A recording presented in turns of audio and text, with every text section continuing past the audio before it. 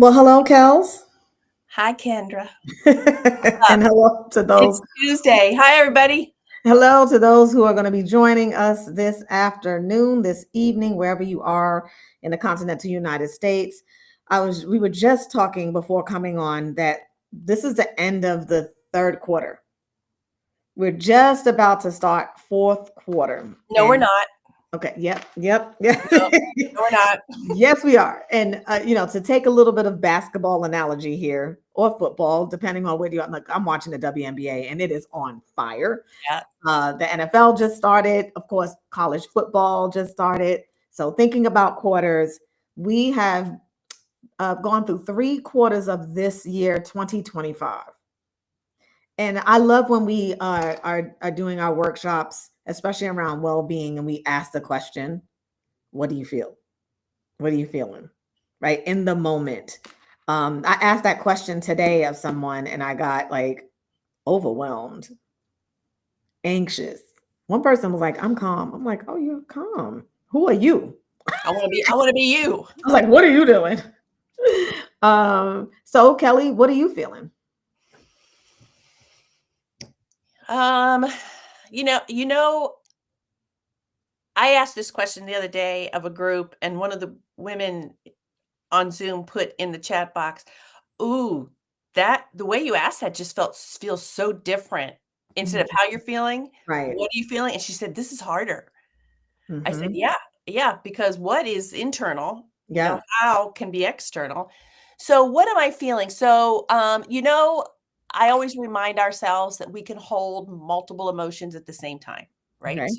So our emotions aren't binary. So I can feel hopeful. I had an amazing weekend of activism and conversation all over Southwest Virginia this weekend, and they were great conversations. So I can feel hopeful. I can feel optimistic in some ways. And at the same token, I can feel heavy. Mm-hmm. I can feel exhausted. Yeah. Yeah. Yeah. I How think about you? today I feel encouraged. Good. Sometimes you just hear from someone or people to validate you are on the right track, like you're doing what you're meant to do. And so sometimes I wonder, the work that we do, I know it's worthy work. And it can be tiring listening to the stories or reliving some of the stories and then talking about those strategies. But then when people have changed, when people are impacted by our work and they're undergoing their transformation, I'm like, all right, we're on the right track. So sometimes just going to be reminded to stay the course, that you're doing what you're supposed to do. And when you do good stuff, I mean, thank you, John Lewis, you do get into good trouble. Yeah. That's when you know you're doing some good stuff. Yeah. Yeah. Um, Yeah. and so third quarter, Kelly, we have had an enormous amount of time together. This past month, it seems like we have spent the entire month of September. I'm in Virginia with you, then we're in Dallas together, then we're in South Carolina, and it's like, good gracious. And you're And coming back to Virginia soon. I'm going back to Virginia soon for the weekend. I mean, it's just, uh, I think it's something indicative of who we are as women and how we do our work, which is why today's conversation with our esteemed guest is so apropos. Yeah. And that, the big question that I've always asked myself is, can I have it all? I actually have a t-shirt that says, I want my cake and eat it too. I think it says, give me my damn cake, actually. I want the whole damn cake. Yes. Like, I don't want a piece. I want the whole, and like, I deserve it. And so the question is like, can you have it all in the work that we're doing as women, entrepreneurs, as women leaders, all the things, can we have it all? And I'm so glad that our esteemed guest said yes when we asked her, Dr. Sharon Porter. I've had the privilege of meeting her years ago, when I was working in the district. And I remember when she was just beginning her podcast. And we were having some conversations like on the side about the podcast. She was showing me like the design of it. I think I saw some images, and then to watch her from afar grow this platform. Yeah. And she's a principal, and she's an author, and she publishes books, right? And she's, a daughter, and she's a significant other, like all of those things. And I'm like, how does she do it? Because every time that I see Sharon, whether it is on social media or I saw her and gave her a good hug back in June, she's always, Yeah. I'm like, what is good? I want to know what's behind that smile. When you sleep. Yeah, maybe she's a robot. Yeah. Maybe she's AI. AI. She's like, no, she's just a Black woman. Let's call it what it is. She's a Black woman. That's how it is. So, Very true. I want to bring her on, and I want to bring her. I'm going to do something a little different. I'm going to bring her in, and I just want her to like sit in her square as I read her bio, because sometimes, that's really weird when someone is talking about you, but we don't want to talk behind her back. We want to talk like right in front of her. Yes. So let's bring on Sharon, and let's see the smile. Look, see, there she is. Hi, oh my gosh, I love you all. Hello. Smile. I mean, you just all out. It's wonderful. Love it. Oh my goodness. We're so privileged that you said yes. Taking the time, knowing you have 30 jobs, that you actually are spending like a little bit of that time with us. We don't take this lightly. So thank you so much. Thank you for the offer. Now sit here and be awkward for a second as I read this beautiful bio about you. Take it in. I'm gonna go slow, so I'm gonna make sure I read all like the syllables too, right? And also Dr. Sharon. Let's make sure we get this right, because she is Dr. Sharon H. Porter, also known as Dr. Sharon, is an educator, an author, a publisher, and host, and is the president of SHP Enterprise, the umbrella entity of Perfect Time SHP LLC, book publishing firm, SHP Media and Graphics, and Vision and Purpose Lifestyle Magazine and Media LLC. Come on, y'all. How many LLC? Good gracious. I'm tired already. This is fabulous. She is the host of the I Am Dr. Sharon show, which we had a privilege of being on one of her shows, Leadership Matters podcast, Vision and Purpose podcast, and Write the Book Now podcast. Ooh, let me get my cot. I gotta take a nap after that. My goodness. She also, I have to flip the page, y'all.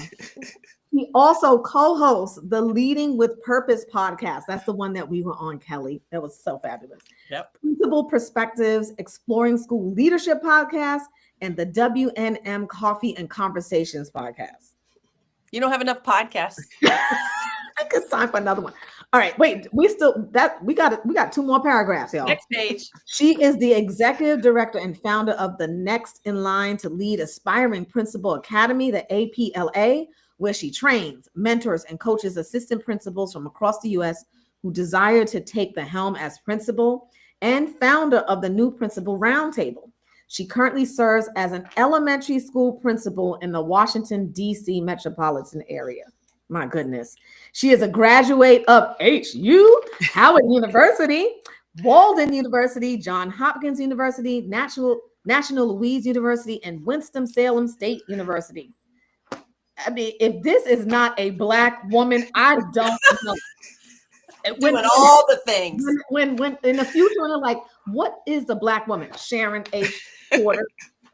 Oh my goodness. She is part of the 2019 cohort of the Harvard University of Education Women in Educational Leadership. My goodness, Dr. Sharon. How you need a nap? Do it? Because I do after reading that. That is, and I mean, it's incredible. So this is like a little off script for a second, because usually we ask the story about what's unwrapped, but I just want you to tell us, like, what do you feel when you hear that read? Oh What my goes through your God. mind? It is overwhelming. It really is. It's like, oh my God, I'm doing all of that. Yeah, and you still smiling. Yes. And So, let's so put it we in context.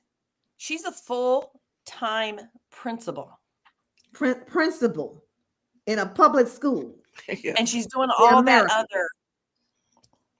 In America. Okay, that just right. She's an educator and a principal. So let's dive in, because after reading that, there is curiosity around. So what is, can you have it all, and then how do you balance it? But before doing that, we always ask the question to all of our guests about what unwrap means to you, and we do that by asking a little bit about your journey, like to be Sharon Porter, to be the Dr. Sharon Porter that people expect to see, that you want to show up as. How do you do that? So what does unwrap mean to you? Wow. That's a loaded question. It I really is. know. It is. It's very loaded. When I think about what unwrap means to me, it's really two things come to mind actually. Shedding the double wrapping of race and gender. Mm, That comes to mind because I really think that Black women leaders, in education specifically, often experience what they call double bind, of course, navigating both racism and sexism. And it really means recognizing and naming how those layers have really been placed on you, and mm, that could be by systems, by colleagues, and even ourselves, through self doubt. And to me, it means intentionally peeling all of those layers away so that I can lead without apology or even without constraint. mm. And so that's really what comes to mind. And also by, rejecting those prototypes of leadership, Yep. just so that we can be who we are, without hesitation.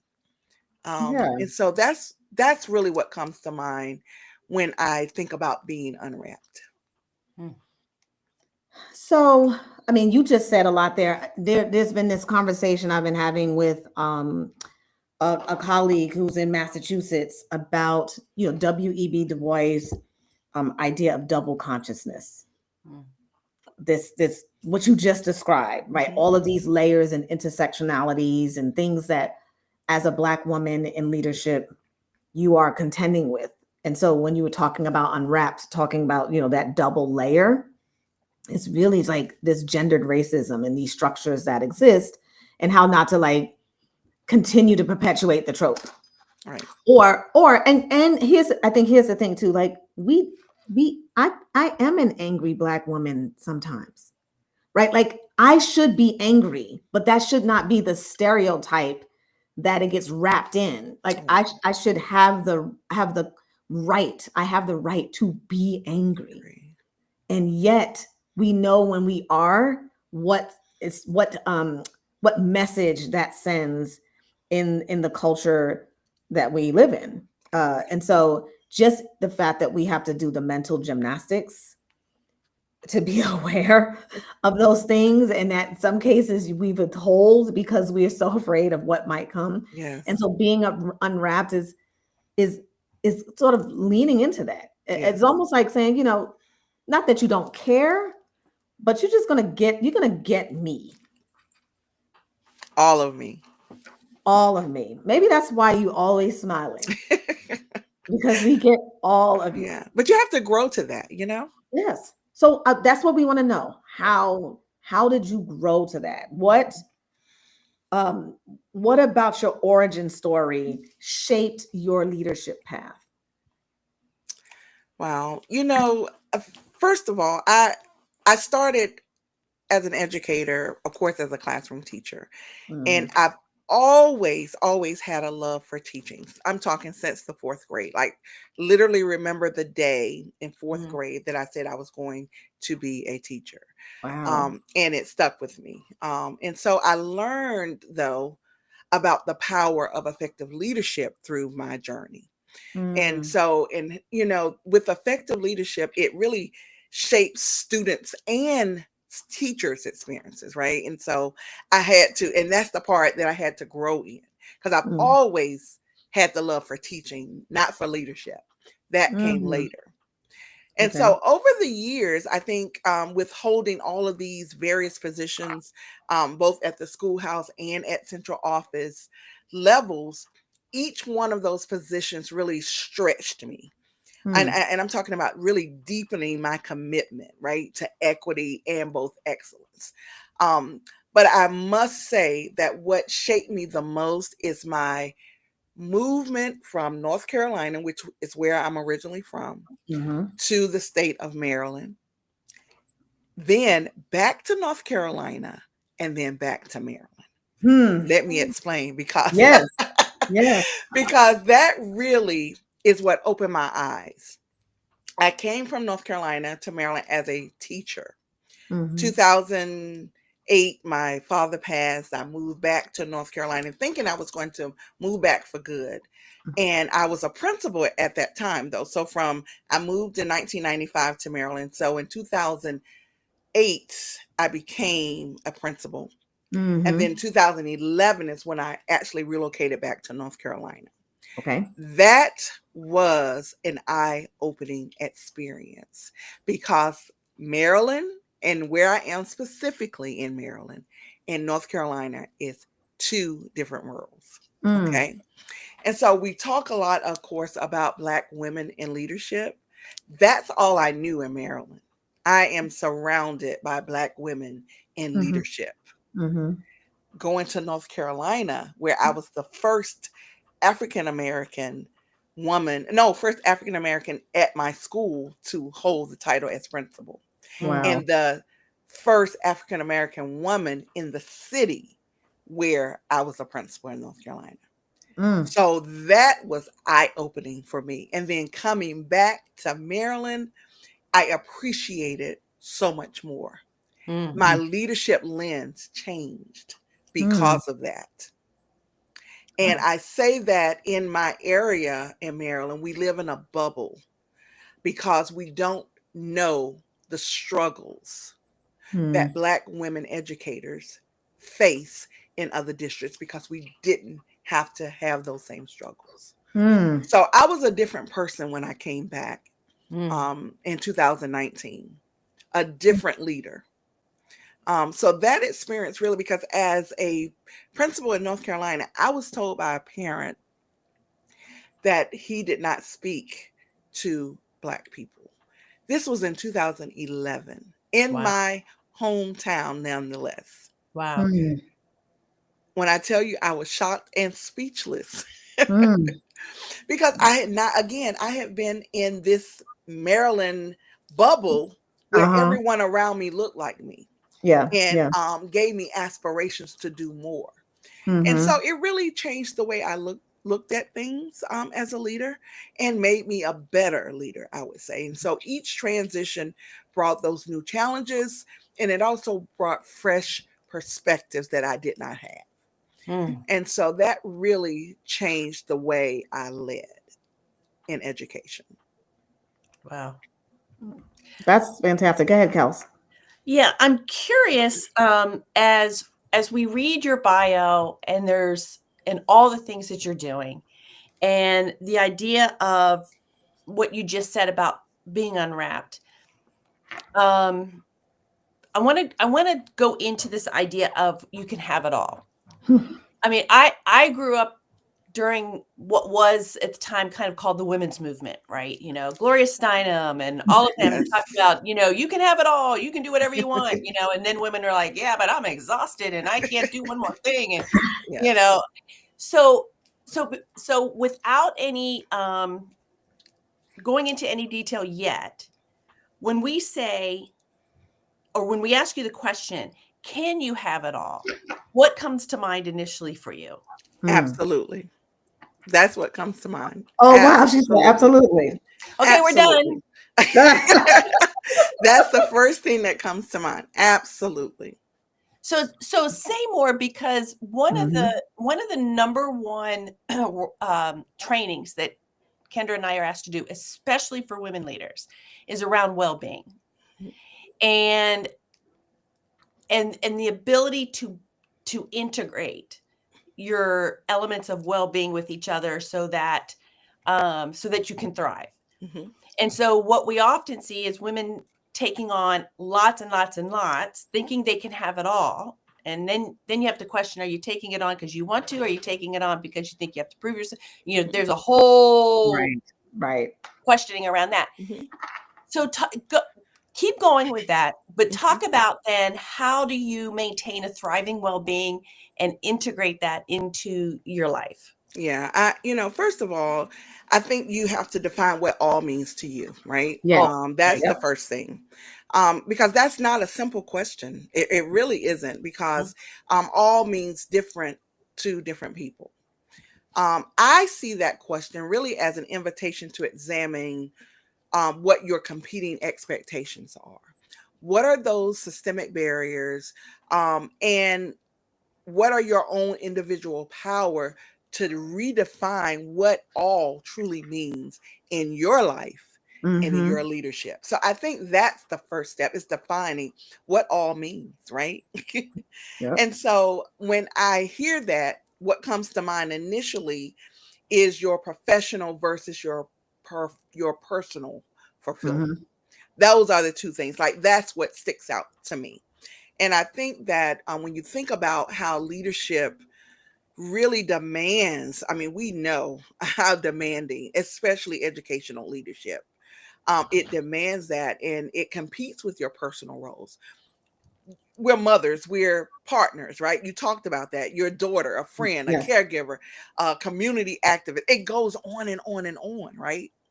And it could really stir that question: can I lead effectively and still do all of those things? Yeah. And my answer is, again, a resounding yes, because what I found is that you have to put parameters in place. You can have it all, you can't have it all at the same time, right? There you go. Right?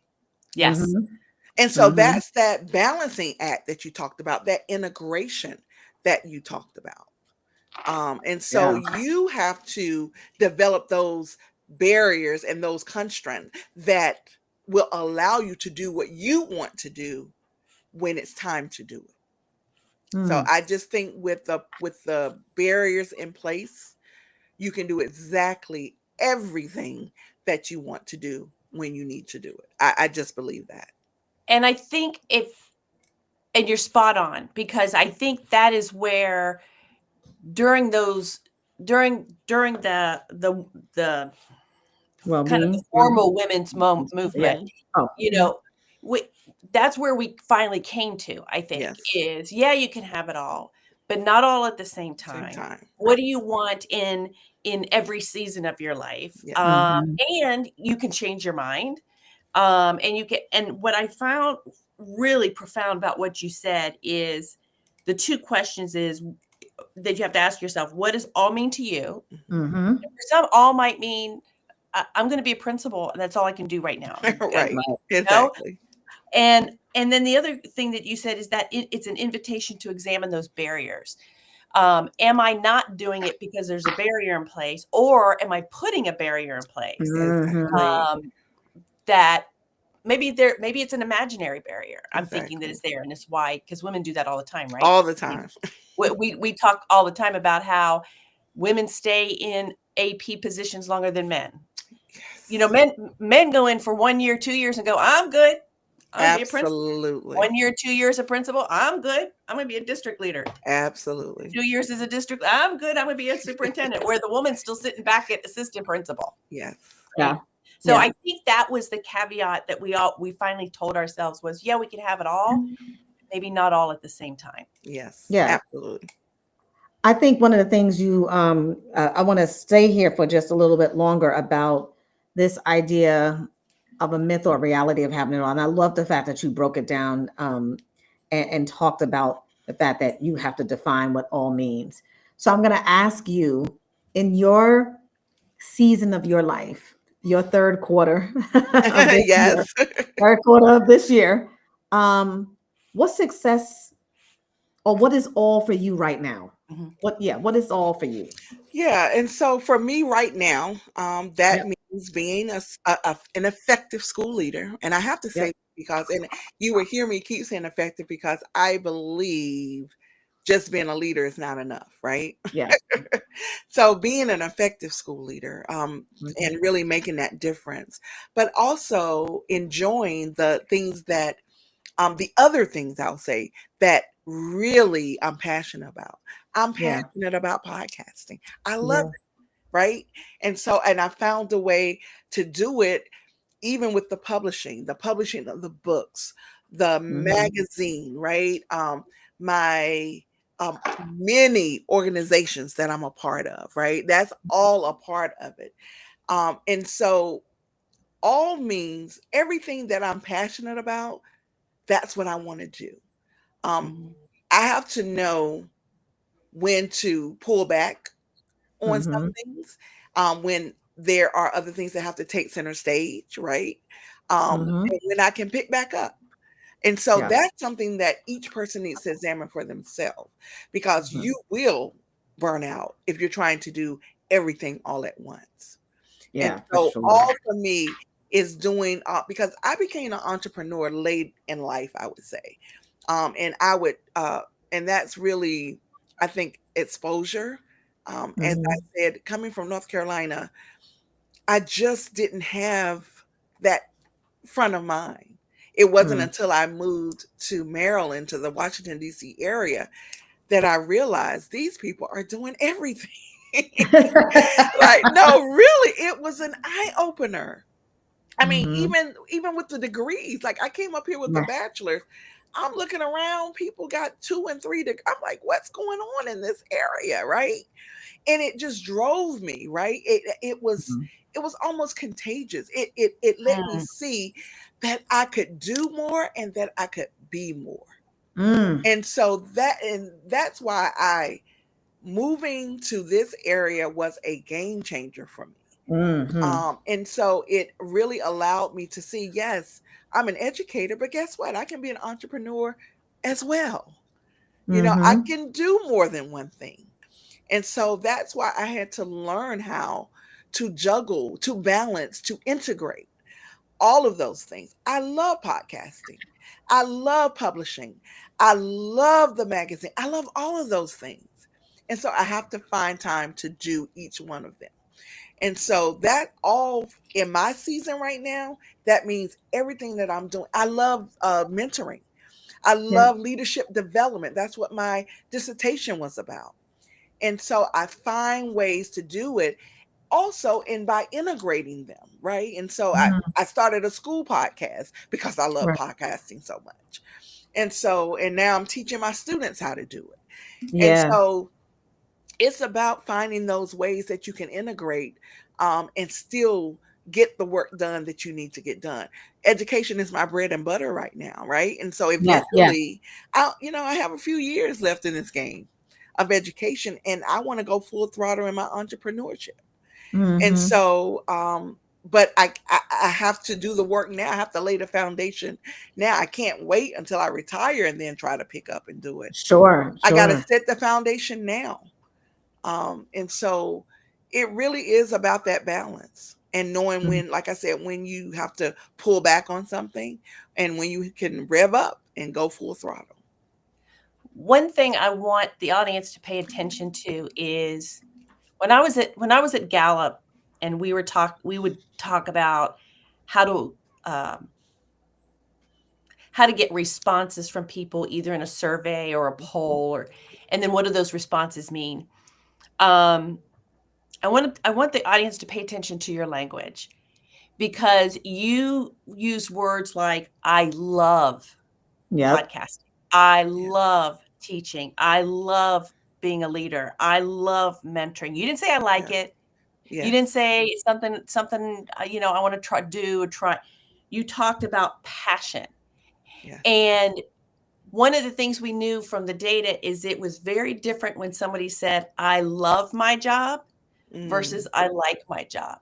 And yeah. so this integration and this I can have it all, when you love it, and if you just look at strength theory and understanding, is you know, it time stands still when you do it. You just don't, and it becomes effortless, and you make it a priority, and you try to figure out that integration. I think where we start to get burned out and struggle is when we're trying to do it all, and we're trying to do things that we don't love and we're Absolutely. not passionate about. Now, that doesn't Absolutely. mean that there are things in life you have to do, right? Right. I mean, we all have to pay taxes, or the government's going to come and get us. But so we all have certain things that we have to do. But your language is worth paying attention to, because you said, I love it. Yes. And you didn't hesitate. Yeah, I mean, that's a powerful statement around an example of purpose well-being. Yeah, 100%. Which is sort of the top element of well-being. So you opened the door for the next sort of topic around your strategies, your systems, the things that you do in order to thrive.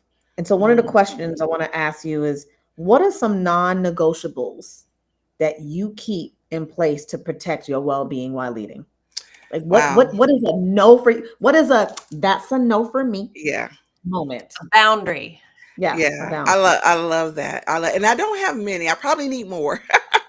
But I don't have many. But I think the first one is really saying no without guilt. That is the first one, because that's one that I struggled with in the beginning. Was just saying yes to everything, right? And so really, refusing those extra things that's really going to take you away from your mission, from your purpose, and saying it without guilt. Like, oh, I hate saying it. It's a no. If it's a no, it's a no. And that means that, it doesn't fit with what I'm doing right now. And without hesitation. I think that's probably the one that have most served me well.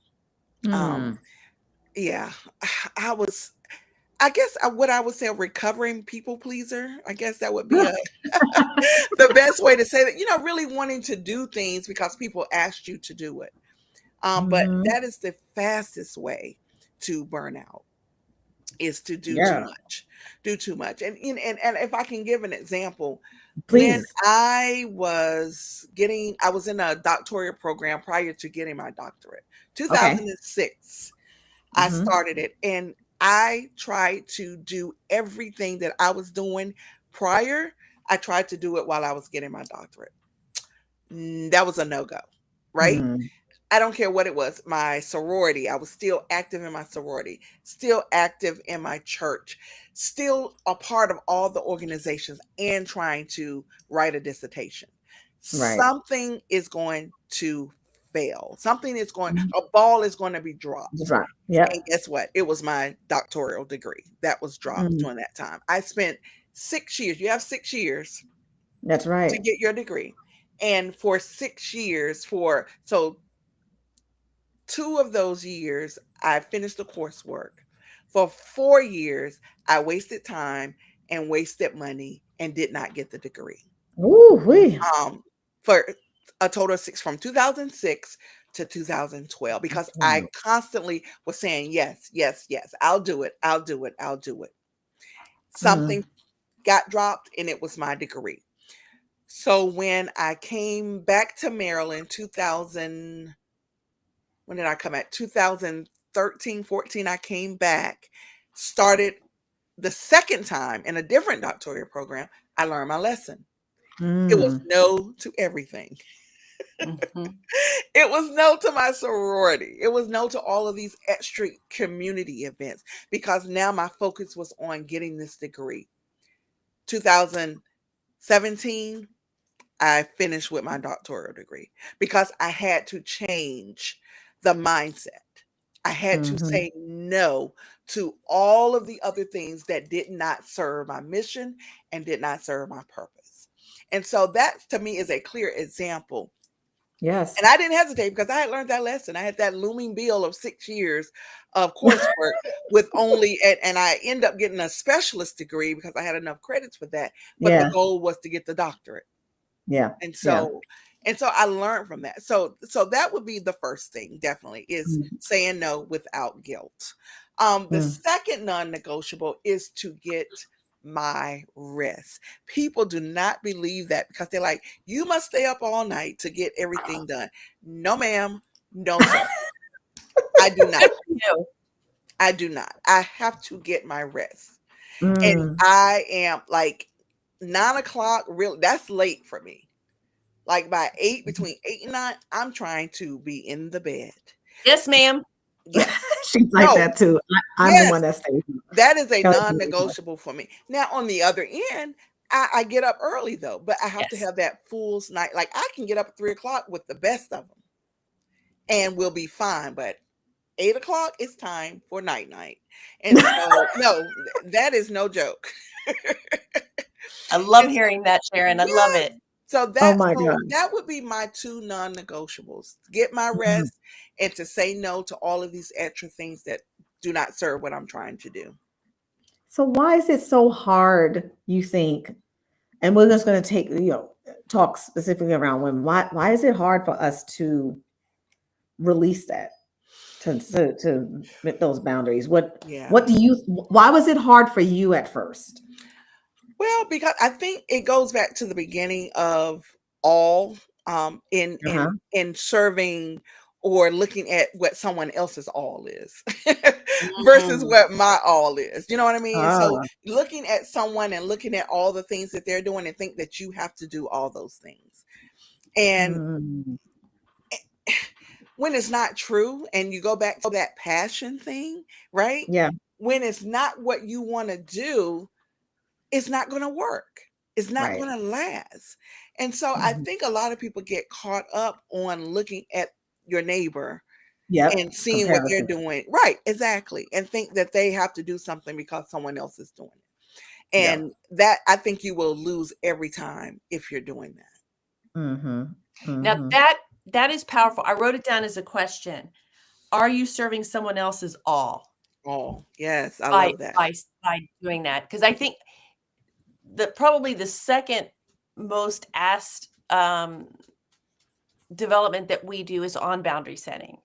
And Yeah. it's just amazing when we talk to women in that context, how difficult that is. I mean, a lot of it is what you said. I don't want to hurt somebody's feelings. I'm people pleasing. I don't want somebody to be mad at me. I don't, Yes, it's all of those kinds of things. But yes, it's also, if I say no, what's going to be the perception? I'm yes. difficult. I'm not a team player. Player. Um, Yep. if I say no this time, I'll never be asked again. Yes. Mm-hmm. Mm-hmm. When what we know about a lot of the data and research around boundary setting is people actually respect you more when you Absolutely. set boundaries than Right. when you don't, because when you don't, your lack of boundaries is serving them. And then you can't do that whole Yes, all. absolutely. I love Mm-hmm. that. And they always say and we as educators are givers, right? And that Yes. Yes. saying that if you're a giver, you Caregivers. have to set boundaries because takers have none, right? And Right. so, no, like seriously, if you're That's a taker, right. you don't care True. about boundaries. That's right. So if That's right. we as givers don't have any, then we're all our time is spent serving other people doing what they want. Yeah. So yeah, Yeah. I love that. I love that. Mm-hmm. Um, you you've built this platform for leaders through your publishing, through your coaching. So, what have you been learning Mm, about the power of storytelling? Because there's something about this love for podcasts that you have, and yes, I'm it curious to know, is. like, where is that coming Yeah. from, and what are you one getting out of it, but also what are you hoping that others get out of it by having these platforms? Yeah. Oh my gosh. To me, storytelling is magical. I mean, I believe that it first of all create connections, right? I think when women share their journeys, their struggles, their triumphs, their lessons learned, we build bridges. And, Mhm. and it's almost we connect with others, right? It validates experiences. I just believe that hearing another woman articulate what they've lived through can affirm that you're not alone and Mhm. that your reality is valid because you hear it from someone else, right? Not just Right. your own mind, right? I also think that stories disrupt silence, Mm. and we Mm. have to tell the hard truths. And that's why in all of I have a Women Who Lead book series, Yeah. and that's the one thing, the one criteria that my authors have to share are the hard truths. You have to Mm. include the triumphs as well as the struggles, because and it's so important. I started the Women Who Lead series because I was mentoring middle school girls Mm. a long time ago. A group of girls, they would just get so upset and so defeated when something didn't come out the way they planned, right? I Mhm. began to invite successful, what I deem successful women into my middle school, because they were middle school girls group, so that they can share how they got where they were, so that they can see it was a journey. It wasn't easy, but Right. we don't let hard stop us. That was Mhm. the beginning of the Women Who Lead series. And so by telling those hard truths, whether it's inequities, whether it's bias, whether it's that lived pain that a lot of women experience, I believe that we break the cycles of invisibility. I Yeah. believe that it Mm. allows others to learn, change, and then advocate for what is best for you as a female leader. Mhm. Mhm. I think Mhm. it inspires, right? It lets you see what's possible. So you Yep. might not be at that level yet, but it shows you that you can get there. If my sister did it, I can do it too. Right. If she came through that, I can get through my struggle. So it's Mhm. it's it's almost hope and aspiration. And it just lets you see that yes, there is possibilities on the other side of that struggle. And so that's Mm. why I love storytelling. I don't know where it came from. I can't Right. tell I was like, what? I can't tell you the origin of it, but when I began to, because it started with book publishing, Mhm. book publishing came first, and then I started podcasting. When I began to hear the stories, it did something to me. It Mhm. just I just to elevate the voices of others is just a part of who I am at this time. And so, and I just wanted to take it a step further. That's how I began podcasting. And then I Yeah. began the magazine because I wanted to continue the book, then the podcast, and then I wanted to feature people in the magazine. It is all Right. because of telling others' journey. I just believe in it. And it's really because of validating those experiences, disrupting silences, and then most importantly, inspiring the possibility of what could be. Yeah. I mean, you are connecting to Kelly, thinking about Kristen Neff That's exactly what I was with the thinking. power of radical self-compassion. Mm. And one of the components of self-compassion is common humanity. Oh, And what you described is her description of common humanity, that you have to sit in your suffering. yes. You have to feel it and acknowledge it because you're not the only one. You're not the only It's one. not, it's just, oh, why she says this in her TED talk or her video. She's like, it's just me. It's only happening to me. It's like, it's actually part of life. The ebb and flows up and down. So when you talked about the journey, right? As Yeah. soon as you did that, I did like a squiggly line in my head. Like, yeah, Wow. there's never a point A to B. That dash between the time you're born and the Woo! time you die, it is Yes. not a straight line. It's I don't not even know why they call it a dash anymore. right. I know on my gravestone that sucker's gonna go Maybe a one squiggly. and it's gonna do that. And then Squigglies. it Yeah. can't be straight, Can't right? So be straight. your dash, that dash, and I absolutely I quoted you, said, we don't let hard stop us. Yeah. Yeah. We don't let hard. And it can feel like it's, I think in this weighty time, this third Yeah. quarter that we're just ending, it can feel like all is lost. Yeah. Because real things are happening, Sharon. It You know, is. people are losing their jobs. Who knows what's going to happen tonight for the Right. shutdown? People are losing Absolutely. jobs. People are living, paycheck to paycheck. Yes.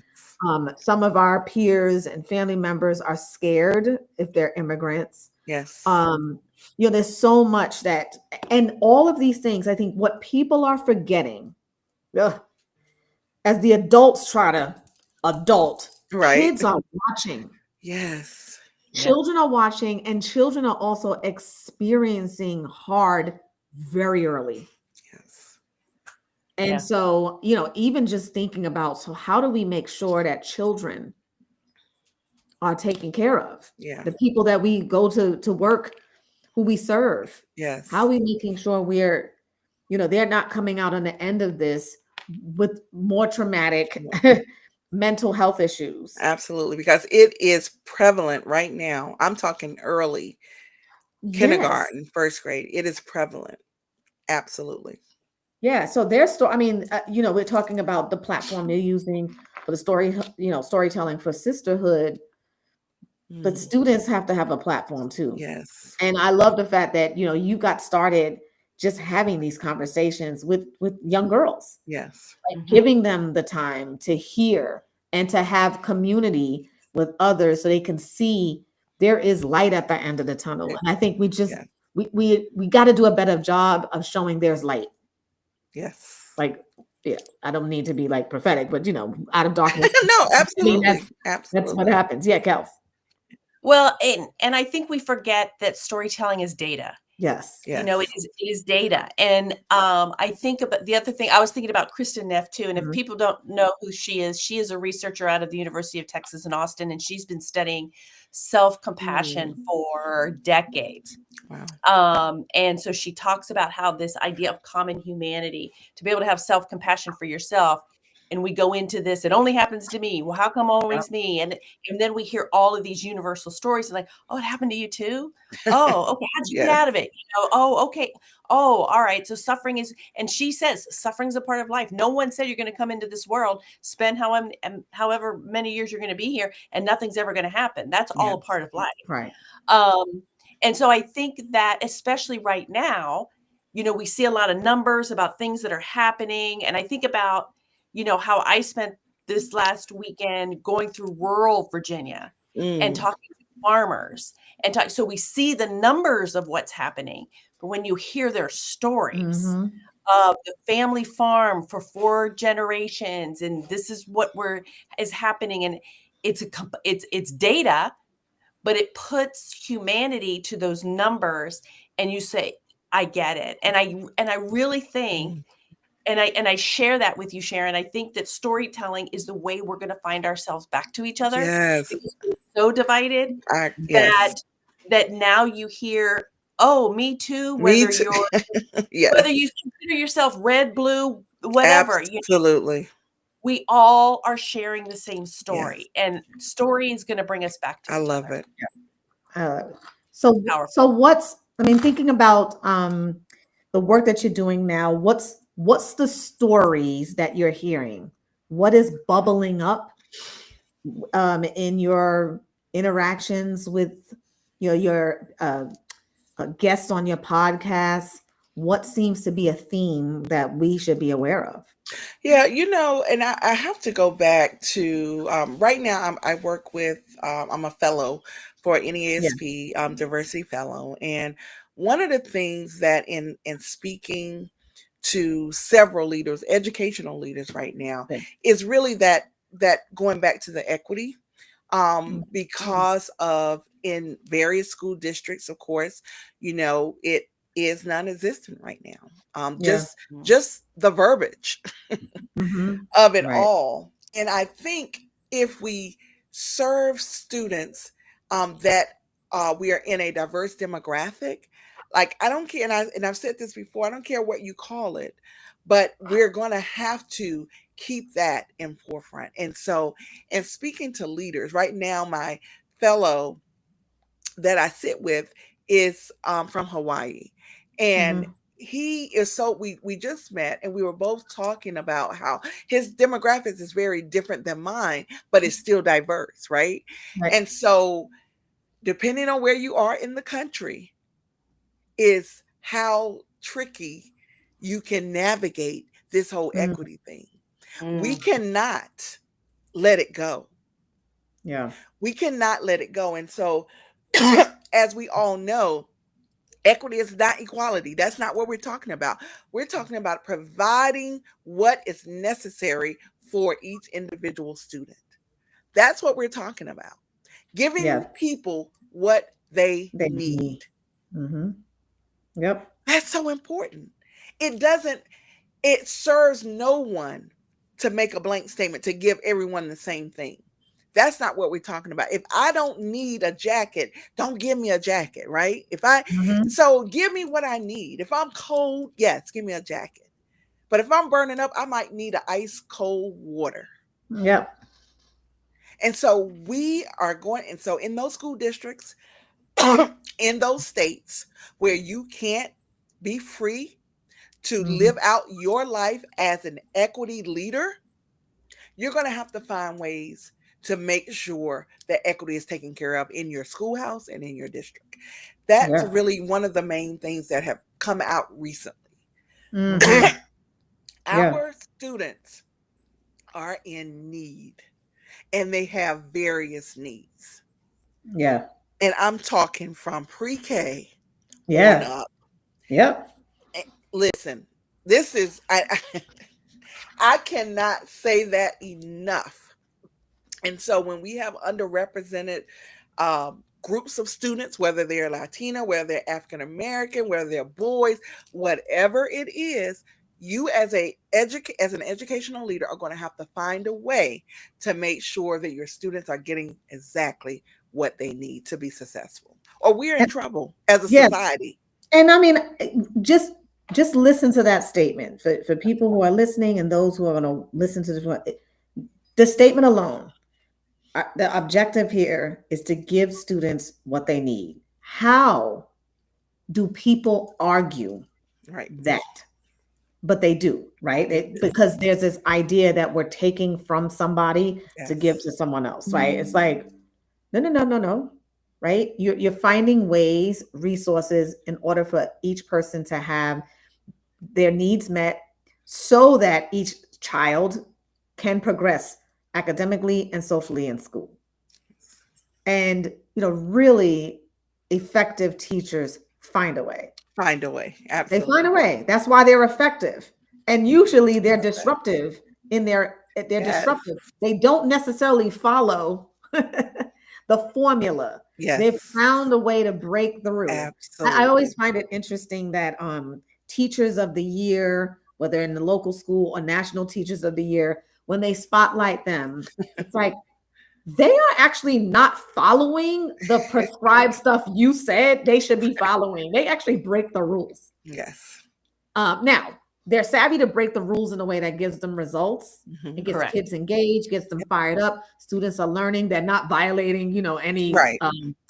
students' rights or anything like that, but they're finding a way. And, to be able to foster that in the school where the teachers can think about innovation and a way to support their kids. Yes. That's another leadership move that I don't think we typically talk about. I love We it. we stay focused on you got to follow this pacing guide exactly this way. They got to sit exactly this way. There's Yes. so much prescription Yes. that I mean, I see teachers are pushing back on that because they feel like they They can't are. they can't engage in the art of teaching. Yes. It's, I love it's it. so stuck in the science Science. Yes. of the work. So what you just described, I think, is going to continue to be fodder in the education realm as things are being tampered, Mhm. removed, dictated. What are we? This is a moment for educators to disrupt. Yeah. Now, I I love it. understand the magnitude of what that could be. That's right. I mean, I understand that could absolutely mean the removal of funding and things of that nature. Not but, and we found ways before. Yeah. This is not new. No. And educators are creative, imaginative. Yes. I mean, what you described, Sharon, is the foundation of education. Absolutely. We take kids from where they are when they come to us. We Yes. figure out what they need, and we give it to them. Yes. Yes. So if we say that's the foundation, then we're just going to call it something else. You don't Yep, want us. that's what I. Yes. Yep. You don't That's want us it. to use Call the it three something letters. else. We won't use the 3 letters. Exactly. We're going to call it something else, Yeah. and we're still going to give them what they. We'll just call it education. We'll Yes. just call it teaching. Yes. We'll just call it instruction. Call it what you And want. we're just Exactly. going to do it anyway because that is the and educators, I think, have always through the course of time when politics seeps in, which is what is happening when politics seeps Yes. in to our mission and our calling. We've been imaginative, we've been creative, we've stayed together and said we are here for one reason and one reason only, That's and that it. is to serve students, and we're going to do it That's to it. the best of our ability. And if you don't want us to use those words, we won't use those words. Won't but use those words. we'll Exactly. use something else, and we'll Use do it. something else. That's Yeah. That for sure. And That's I think going back to the topic of this conversation about can you have it all? I'm thinking about children yes. when they're thinking about their future. What's all for them Yes. if they're seeing that the educators are going, well, I can't, right? I can't, and it's like, well, then what is possible if our educators are not courageous Right. to do what's necessary? So as we wrap up, Sharon, two things. One is a piece of advice you would give to a woman who's stepping into her leadership now and maybe is starting to feel the weight, like, can I have it all? That's the first question. And then Okay. the second question, I think, is to our educators. How do we ensure that kids have the possibility of getting it all? Yeah. So that's 2 big questions. You got That like is. you got 4 minutes. Okay. Okay, Oh that's all my you got. goodness. No. Yeah. Well, definitely. I think to those individuals who are stepping into leadership, right, Yeah, yeah. and really feeling the weight of trying to have it all, I would just say, first of all, protect your time. Yep. I think that's so important, and decide in advance, what hours are reserved for work.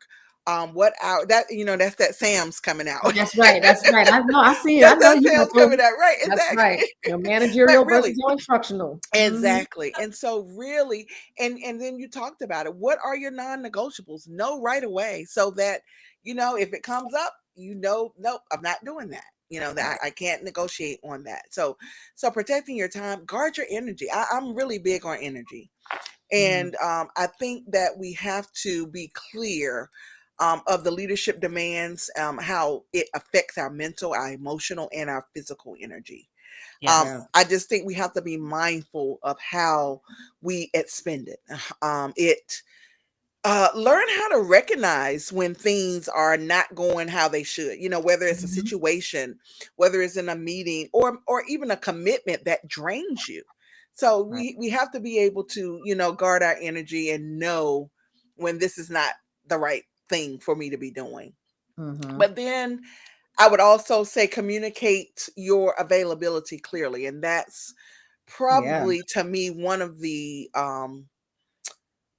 most important things. People have to know, because as the saying go, you teach people how to How treat to you. teach. Yeah, that's right. Right. And so know what, let the people know that you're serving what your boundaries are. Mm, If you don't want emails or texts after 9 p.m., let them know that. that's right. Mhm. So I just think setting those expectations early, so that everyone know, as a leader, those types of things will help you be clear on how to not become Mm, overwhelmed with it all.